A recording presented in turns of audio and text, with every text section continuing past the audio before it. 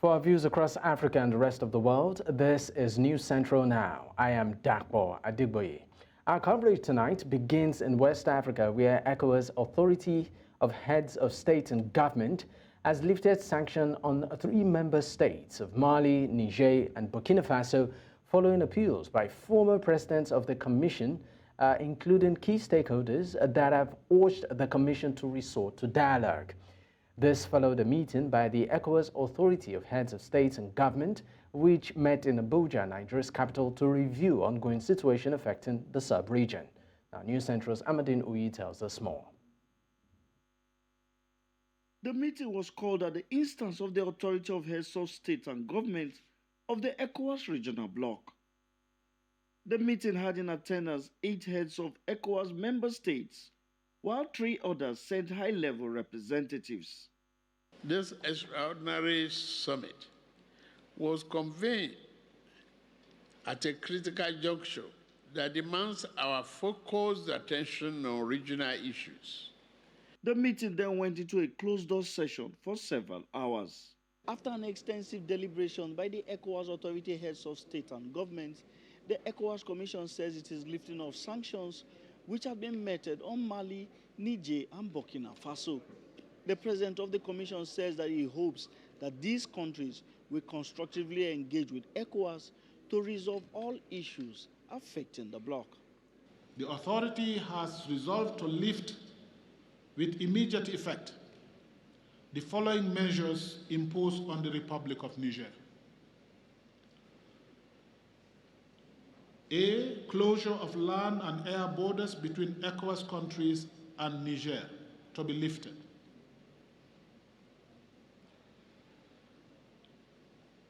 No-fly zone of all commercial flights to and from Niger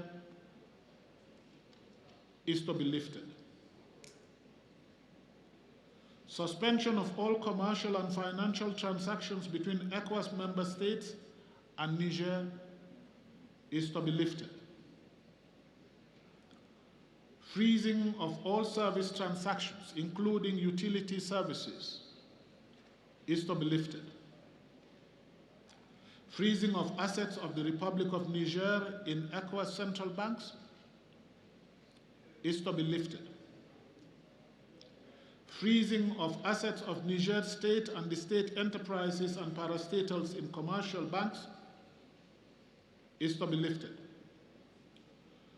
Suspension of Niger from all financial assistance and transactions with all financial institutions, particularly EBRD and BRID, is to be lifted. Travel ban on the government officials and their family members is also to be lifted. The ECOWAS Commission, however, urged the government of Niger to ensure the speedy release of its detained President, Mohamed Bazoum. In Abuja for News Central, I am Amadine Uyi. To discuss this, I am joined by 2 gentlemen. Kopep, a Dabugat, an African Affairs analyst, and also Chike Chude, an African Affairs analyst. Thank you for your time, gentlemen. Thank you for having me. All right, let me start off with you, Chike. What were the key factors considered by ECOWAS in deciding to lift financial and economic sanctions on the, of course, sanctioned countries, particularly maintaining political and also targeted sanctions on countries like Niger Republic? Well, obviously, I hope you can hear me. Yes. Hello. Yeah, okay, good. Yes, we can hear you. The Commission has given reasons why the sanctions is being lifted. There is the hope that they can come back to the negotiating table. And obviously, what the ECOWAS has in mind right now is what they had in mind at the beginning of this crisis, and that is the return of democracy. And obviously, things have seem to have gotten out of hand. A lot of water has passed under the bridge. And so, in essence, they want a rapprochement. They want to renew the relationship with the junta. I think that, on one hand, I think that that's what they're looking at. That's what they have said. and to give diplomacy a chance. But on the other hand, again, which is something that they are not saying. For me, I think which is the motivating factor is the unprecedented loss of 3 members of the commission, which again has created a bit of an image problem for ECOWAS. And it's not good at all in terms of the optics for the regional body, because it gives the impression of a diminution of responsibility, a diminution of the influence of ECOWAS within the zone. And again, perhaps they're also looking at the possibility of other countries also following suit, and they're going the same way. And what that would mean is the destruction of everything that ECOWAS has stood for over the years. And so I think that is the major. They have seen that every attempt that they have made to bring the regime, these regimes to move along the path of democratization has failed. And they have also realized that the carrot has not worked. And I think that is the mistake, because there was a strategic mistake from the very beginning of this crisis to use the stick first rather than the carrot, because it is the carrot that you use first. And then later, if it doesn't work, you have to begin to contemplate the stick. All right. Now, let's, of course, move to COPEP. Now, how do you see the resolutions from the Extraordinary Summit address issues of peace, political, and also security situations, particularly in the ECOWAS sub-region, in the context of the sanctions being lifted? Yes, thank you very much. You see, we have advised in my organization, the West African Civil Society Forum, we've advised ECOWAS, particularly through a letter on the 7th of December last year, that the ECOWAS should consider lifting these same sanctions they are lifting now, so as to ensure that the humanitarian angle is actually covered. Now, the exit of these 3 countries from ECOWAS actually alienates ECOWAS from being fully involved in containing issues of security challenges, particularly the terrorist threats coming from the Sahel. And that is that would have been a very big danger for the entire West African region, because without the coordinated efforts of the other ECOWAS countries, I think these countries would be really challenged, even though, yes, we have Russia and other countries providing assistance. But in terms of the coordination and ensuring that these threats are nipped in the bud, and that these threats are even prevented from spilling over into some of the coastal countries in West Africa, this is a very good development for the fight against terrorism, for also the move towards achieving constitutional and democratic consolidation across the West African region. Yes, the reality is that these countries have announced their exit. They've formally expressed, their intention to leave ECOWAS, but perhaps they are not far away, given that some of these sanctions were the reasons they mentioned as the reasons why they had to exit the ECOWAS. But beyond that, I think now begins a new phase where negotiations can now happen on a more saner climb with ECOWAS. Negotiations around, 1, the return to democracy, 2, the return to constitutional order, meaning that the countries have to put in place a process to ensure that their constitutions, whether it is being reviewed or renewed, it should be carried out within a time frame that is agreeable to all parties.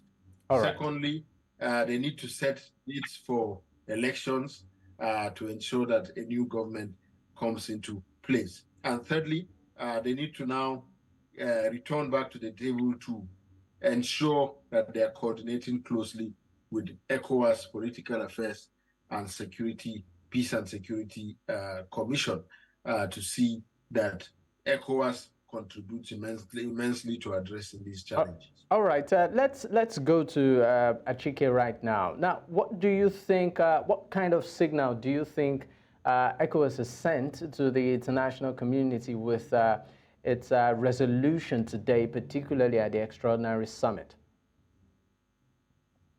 Well, I think they would give off a signal of flexibility. People that of an organization that is not fixated in its ways, that is making demands that they feel must be met by the other side. So from that perspective, I think that is good. But there are those that will see it as a weakness, because I'm not aware that there's anything that ECOWAS demanded of these bodies, these countries that they have implemented. They have not gone into negotiation. Maybe just one or two, negotiations, and then the whole thing was called off. And so I'm not sure that ECOWAS is exactly in a very good place right now. ECOWAS, to me, seems to have been weakened by what has just happened. Even at the best of times, when we didn't have this crisis, when Goodluck Jonathan was coordinating activities on behalf of Nigeria in concert with other West African leaders, they were not exactly getting the right kind of vibes, if I use that expression, from the countries, Niger, Guinea, Mali, Burkina Faso, even at the best of time. So not to talk about this time now that they have pulled out of ECOWAS, and then ECOWAS, rather than even try to their sanctions to see whether they can get them to come back, ECOWAS is now dangling the carrot, which is not a bad thing. Some people could say, well, this is diplomacy at its finest. But sometimes when the other side doesn't believe that you have the capacity for strength and the capacity for punishment, then they might not exactly listen to you. They might not exactly, move in tandem with what you want them to do. And I think that is the problem that I have. So ECOWAS is not the one driving this. ECOWAS, under normal circumstances, should be the senior partner, dictating, negotiating, agreeing with the other side. So let's see how they are going to respond. If they take it from the perspective of, well, we have shouted and then ECOWAS has been cowed, perhaps then we might not expect so much. But I'm sure they are feeling the pinch, because like my colleague said at the other side, that this is exactly the reason they gave, part of the reason they gave, why they pulled away from ECOWAS. All right. So ECOWAS inviting them back to the fold could be an indication that, yes, we are ready to do business with you once more. Okay. All right, gentlemen, thank you so much for your time. Achike Jude and also Kopep Dabugat. Once again, thank you for your contribution on the news. A pleasure. Thank you. All right, still on other stories on the news at this time. Meanwhile, in a statement on Saturday night, Nigeria's Minister of Foreign Affairs, Ambassador Yusuf Tuga, confirmed that President Bola Ahmed Tinubu will visit Qatar, United Arab Emirates, on March 2nd to 3rd. He said the federal government of Nigeria and the state of Qatar have a long history of friendship and close bilateral relations. The forthcoming visit to Doha by President Tinubu will help build on this important relationship. Of course, this is coming on the heels of an initial news that came up that the government of Qatar rejected Nigerian President Bola Ahmed Tinubu's request to visit the country for a business and investment meeting over legal disagreement. And of course, let's take you away from that. Now, the Nigerian President of the Senate, that's Senator Godswill Akpabio, has led a presidential delegation to the state funeral of the departed President of Namibia, Dr. Hage Geingob, who died on February 4th, 2024, at the age of 83 years. In a statement on Saturday, the media aide to Akpabio, Aseme Eyibo, said the trip is at the instance of President Bola Ahmed Tinubu, who had appointed Akpabio as the special envoy and leader of the Nigerian delegation to the occasion, holding in Windhoek, the capital of Namibia. A memorial service will be held in honor of the departed leader at the Independence Stadium on Saturday, February 24th, while the burial service will be held at Heroes Acre at Windhoek on Saturday, February 25th, 2024. Let's move to politics now. We are the Edo State governorship candidate of the All Progressives Congress, and on Monday, Okpeholo received the certificate of return from the leadership of the ruling party on Saturday. Now, he beat Dennis Idahosa and 10 other aspirants last Thursday to emerge the party's candidate in the forthcoming governorship polls. The presentation of certificate comes in the wake of protests and threats of litigation by Idahosa, who claimed that the rerun poll was a sham, deliberately arranged by the National Working Committee to favor the winner. The certificate was presented at the National Secretariat of the party in Abuja by the National Chairman, Dr. Abdullahi Ganduje, who was accompanied by the National Secretary, Senator Ajibola Basiru, and some NWC members. Nigeria's federal government has called on the nation's organized labor unions to shelve a planned nationwide protest, saying it is not in the interest of the nation. Now, Nigeria's Minister of State for Labor and Employment spoke to News Central Television in Abuja, saying government is working round the clock to ensure that the agreements reached during its negotiations with labor are fully implemented. News Central's Marvelous Obomano tells us more. Nigeria Labour Congress, during a recent press conference, accused the federal government of foot dragging in its implementation of agreement reached in the light of the removal of fuel subsidy in the country. While the labor unions had declared a two-day protest to express their displeasure, some Nigerians say this will not be in the interest of the public. The current government are not acting promptly to demands of the Labour Congress. Maybe that's why the Labour Congress are going on strike. They listen only when they are pushed to the wall. When there is no threat on them, they don't act. I don't think it will favor us, because the people that will come and invest in Nigeria, there will be they will have a fear to come. A chart with Nigeria's Minister of State for Labor and Employment details efforts being made to implement the agreements. The minister says the government is doing its best to implement the agreements, insisting that it has taken steps in addressing the issues raised by the organized labor as it affects the Nigerian worker. Most of those agreements have been met. Number one, on the issue of payment of wage award of 35,000 naira, government has paid up to 4 months as of December, and we are processing the one for January. And I'm sure that that is being processed as we speak. With respect to the suspension of collection of value-added tax, the Minister of Finance confirmed that that one has been suspended. On the provision of CNG buses and conversion kits, government had committed 100 billion naira, and is in process. And from the last check, the contractor said that within few months that will be assembling those buses. It is only fair that the Nigeria Labour Congress should give the government a benefit of that it will implement all the 15 points raised in the agreement and discontinue with their planned nationwide protest, as it will do the country no good. In Abuja for News Central, Marvelous Obomano. The Lagos State Governor Babajide Sanwo-Olu has inaugurated members of the State Special Dispensation Palliative Advisory Committee. The governor had earlier released three-pronged intervention measures to mitigate economic hardship at a special media chat. He said the committee was to advise and put forward ideas to create an ecosystem that would be engaging and rewarding for residents. Sanwo-Olu is the chairman, while the Deputy Governor, Dr. Obafemi Hamzat, is the alternate chairman of the committee. Other members of the committee are Imam Abdulaziz Onike, a chief missioner, that's NATFAS, and also Shei Shoumi, a Labour Party member, House of Representatives, and Mrs. Joe Okey Odumaki, chairman of the Conference 57, comprising a chairman of local governments and local council department area.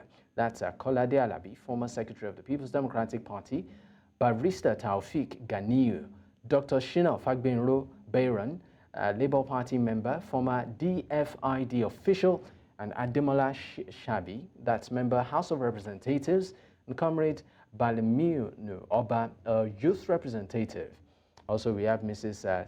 Shola Salako Ajulo, consumer rights advocate, and Pastor Garman Goodman Akinlabi, a senior pastor Elevation Church, and Mrs. Kikelomo Bolariwa, permanent secretary, that's Ministry of Local Government, as secretary of the committee.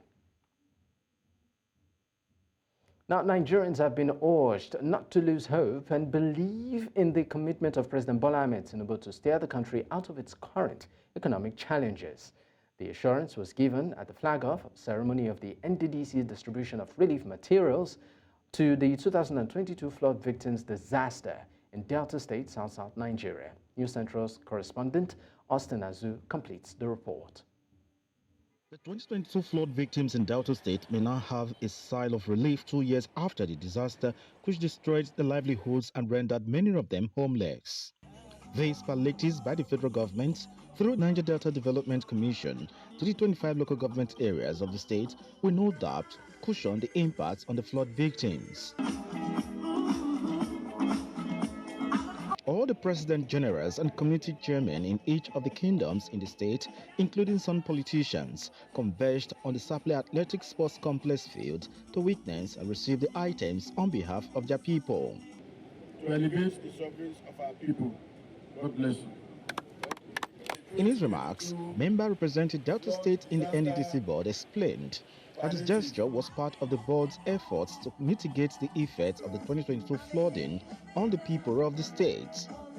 While emphasizing that the items must get to the direct beneficiaries, especially the vulnerable ones, he reiterated that the current board will not relent making a difference in the region with positive people-oriented programs. And 25 local governments have been perfectly affected with all the 48 items. Grains, every other thing, grains, farming implements, and all of that have been graciously approved for distribution in the entire 25 local governments of Delta State. My people are quite happy. You can see from the reaction here that they are happy. And some of the community leaders and chairmen who expressed profound gratitude to the federal government for the palliatives assured that all the items will get to the vulnerable people in their areas without hoarding and diversion. Definitely in Saple where we have a fat community, we are going to split it accordingly. No shooting. As the President General of Igu Kingdom in the North, I am taking all this down to all of them and to tell them that the President feels your pulse. The President knows your mind. The President knows what you are going through. This is just more to come.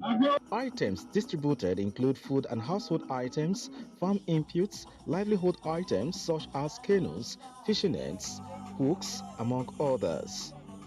In Sapele for News Central, I'm Austin Azu. The Central Bank of Nigeria has released a reversed regulatory and supervisory guideline for Bureau de Change operations in Nigeria. Some of the key points include Bureau de Change, that's BDCs, now have their Tier 1, which requires a minimum capital of 2 billion naira. This is for a national license, while Tier 2 has a minimum capital requirement of 500 million naira. These can only operate within one state and are allowed a maximum of 3 branches. A shareholder cannot own more than one BDC, now thus preventing people from holding more than one license. Now, BDCs can now serve as agents to disperse funds on behalf of the international monetary transfer operators. Only amounts less than $500 can be received in cash, while larger amounts should be deposited into bank accounts for foreigners a card will be issued. Especially BDCs will now be able to issue Naira cards. Now, to help us understand this, we are joined by Paul Alaje, an economist. Thank you for your time, Paul. Interesting times, you would say, in the Nigerian, of course, economic landscape. But let's talk about the BDC's right now operation, which, of course, is something that has been a major concern in Nigeria. What are your thoughts? Thank you for having me. First, I must say that I have noticed the central bank had reversed some of the policy. Recall that this is not the first time we had the ban on BDC and bringing them back. What is different in this wise is that we have now increased barrier to entry. Barrier to entry now is around 1 billion for a national license and 500 million for a state-based license with not more than 3 branches. BDC is now also to work to serve as international money transfer agent. And they can also issue BTA and PTA. So for me, we're looking at how to regulate the street market, because with this, it means that technically speaking, there will be no more street trading. So it's a way to regulate the entire operation within the BDC operation. And central bank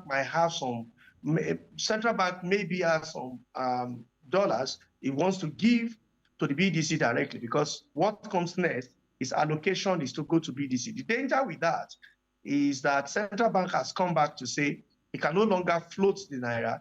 It now wants to intervene by giving FX to the BDC.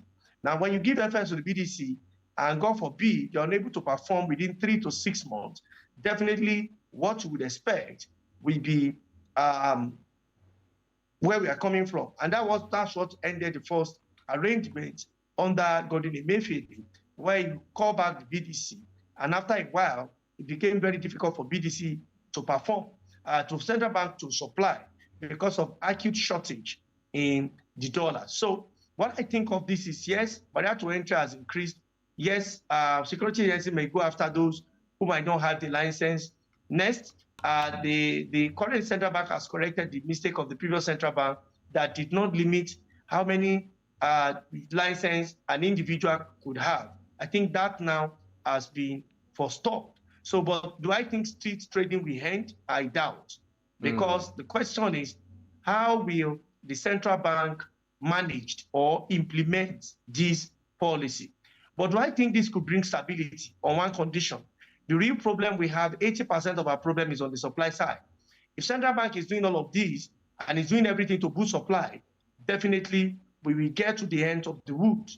But if we are doing all of this and we regulate so tightly and we are unable to solve the supply challenges, BDC, banks, international money transfer agents, whatever it is, will still be scrambling for the limited amount of dollars that come as remittances, that come as government debt to public, to the local international community, and more importantly, the proceeds from crude oil. Okay, I mean, Paul, you've actually touched on quite a number of issues there in your analysis. You talked about the fact that you're not sure that this policy would end street trading. But my question to you is this. We know that all of this, the objective is to boost the value of the local currency, which is the Naira. Do you see this move achieving that? Yeah, momentarily, we're going to see the central bank has distorted the organization of the street trading with the move with EFCC, DSS, now quickly replacing all of those activity with licensing BDC. It may take a while, maybe a month, maybe some weeks, before these licenses are finally issued. Already, there are some organized BDCs, which, of course, I don't want to mention their name on air. I believe they will qualify for this. Some of them even have national spread. So all of this will help to regulate people who are speculating on the Naira. The good news about this, again, is that deposit to the BDC or purchases from, I think deposit to the BDC, people giving BDC money up to about $10,000, we have to tell the source, $10,000, we have to tell the source of such money. Well, I hope that was because the last agreement with BDC, there were fictitious documents, you know, fake name, fake passports with different name, different face, you know, all being submitted. And the good news here is digitalization.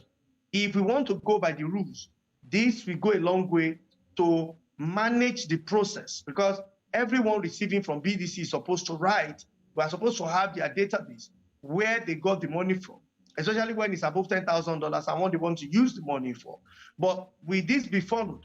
It's another kettle of fish entirely. And I hope they follow the procedure, by the way. But if it is not followed, honestly, it will be demonstration of another set of circular. Recall that this central bank administration have issued several circulars in the last 2 weeks. But I'm really hopeful that this time they are going to follow through. All right, Paul, thank you so much for your contribution on the news, and we deeply appreciate you. Paul Alaje, thank you so much, an economist, joining from Nigeria. Once again, thank you. News Central now continues in West Africa, where Togo's President Faure Gnassingbe on Saturday pushed back by a week, the African country's legislative and regional elections, which will now be held on April 20th. The government had announced the initial April 13th date for the vote in early February, ending months of uncertainty. The electoral campaigns will run from midnight on April 4th through the end of April 18th.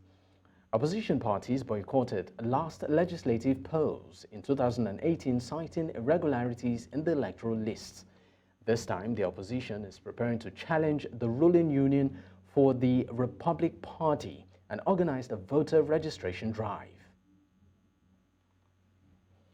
Several hundred people demonstrated in Dakar on Saturday, calling on the president to set a date to elect his successor before his term ends on April 2nd. Saturday's protest saw hundreds answer the call of the F24 opposition grouping to gather on a sandy open space in a popular quarter of the capital. President Macky Sall has faced uproar since he postponed the vote that was scheduled for February 25th, triggering one of the West African nation's political crises. The Constitutional Council overturned the delay and called last week for the vote to be held as soon as possible. But Sall appears in no hurry, as he said that he hoped to reach an agreement by next Tuesday. L'objectif, c'est avoir nos élections, pouvoir aller aux élections avant le 2. Ce qui est normal, ce qui a été dit par la Constitution du Sénégal et ce que le peuple veut, ce que les Sénégalais veulent. C'est-à-dire c'est à eux de décider, le peuple sénégalais. Et ils veulent des élections avant le 2. Parce que démocrate fier, moi démocrate moi, deux fois on a amul démocrate. Mais Sénégal amul démocrate dafa feebar. Ñoo ngi nii tey jëm ci ay élections yoo xam ne xamuñu ban jour la. Loo xam ne avant 5 ans nga waroon xam ne jour bi may jour élection yi mais ñu toog ba heure bii nii loo xam ne suñuy njiital réew yi lu ko dee semaine matut 30 jours ñu dem si ay élections yoo xamuñu kañ la loolu nag moo ñu métti moo tax ñu génn taxaw fii pour ñu wax ko ne ko jàppal suñu date élection parce que ñun moom lañ soxla. Le président Macky Sall n'a pas voulu prendre une date. L'élection devait se tenir demain, c'est-à-dire le 25 février, dans le calendrier normal des choses. Il a décidé délibérément de reporter l'élection. Jusqu'à présent, à l'heure où nous parlons, il n'a pas encore fixé de date. C'est la raison pour laquelle nous sommes là, pour protester et lui montrer qu'il doit tenir la date de l'élection avant le 2 avril. Et le 2 avril, c'est la date butoir. Nous avons signé un contrat avec lui qui est de 5 ans. À partir du 2 avril, il ne sera plus président de la République du Sénégal. South Africa's ruling African National Congress has launched its election campaign, hoping to overcome anger over high unemployment and a sluggish economy. The ANC also hopes to protect its 3-decade-old majority. President Cyril Ramaphosa promises his government will do better, will do more, and will do it faster at the launch of its party's manifesto in Durban for the May 29th general election. A challenging time, but you know what? The ANC-led government has faced many challenges, and we have always succeeded. We have always emerged on top of those challenges that we are facing. Understand clearly that there are some mistakes, and we did some faults here and there, but we will correct everything. And we know that our people, they trust us. Those challenges of electricity, of water. The ANC has got plans for it. We're going to make sure that we overcome them and bring together the people of South Africa in a non-racial democratic. We now join our business desk for the latest in the world of business.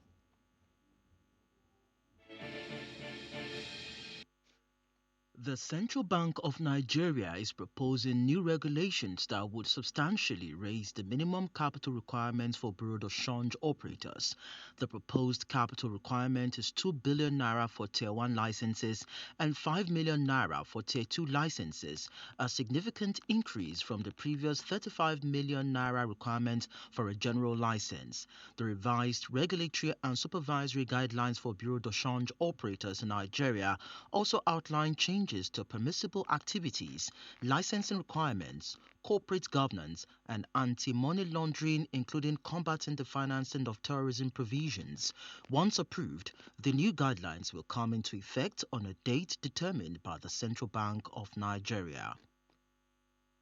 South Africa's journey since being placed on the Financial Action Task Force grey list on February 24, 2023 has been a challenging but progressive one. The country has faced considerable hurdles in its financial and economic sectors, with significant implications for international finance access, investor confidence, and the regulatory landscape. This extended period of scrutiny underlines the importance of compliance with global standards against money laundering and terrorist financing, including the highlights of the concerted efforts required to restore the nation's standing on the international stage. Nigeria was also added to this grey list about the same time. Namibia has been added to the Global Financial Action Task Force grey list, indicating deficiencies in tackling illicit financial flows. The move could impact Namibia's international reputation and affect foreign direct investment, trade, and financial transactions. The decision by the FATF, an international financial crime watchdog, follows concerns about money laundering and terrorism financing. Namibia joins Kenya on the grey list, subject to increased monitoring. Both countries will need to implement FATF's action plan to address the identified shortcomings. The inclusion on the grey list may have minimal effects on Kenya's financial stability, according to Kenya's Treasury. However, Namibia's Financial Intelligence Center warns of potential negative impacts on foreign direct investment. And now, Kenya will face heightened scrutiny as it is placed on the Financial Action Task Force grey list alongside 23 other countries, indicating deficiencies in handling money laundering and terrorist financing. The decision by the Global Anti-Money Laundering Watchdog may impact Nairobi's status as the region's financial center. Being on the grey list necessitates Kenya to address shortcomings in its financial infrastructure to mitigate the risk of facilitating illicit financial activities. The move underscores the importance of robust safeguards against the flow of dirty money and signals a need for significant reforms in Kenya's financial regulatory framework to regain international trust and compliance. And that's all on business news. Many thanks for watching. I am Lekon Onobanjo. And that's a wrap on the news at this time. But before we go, another look at some of our top stories. We told you that regional bloc has lifted sanctions on Niger, Mali, Burkina Faso, and Guinea. We also told you that hundreds of Senegalese have protested and demand a new election date. And finally, we told you that South Africa's ruling African National Congress has launched its election campaign. Don't forget to send in your eyewitness report to the WhatsApp number on the screen. You can also follow us on socials. We are at News Central TV. You can watch us live on DSTV channel 422, Star Times channel 274, Avo TV, and YouTube. Many thanks for watching. I am Dakpo Adigboye. Good night.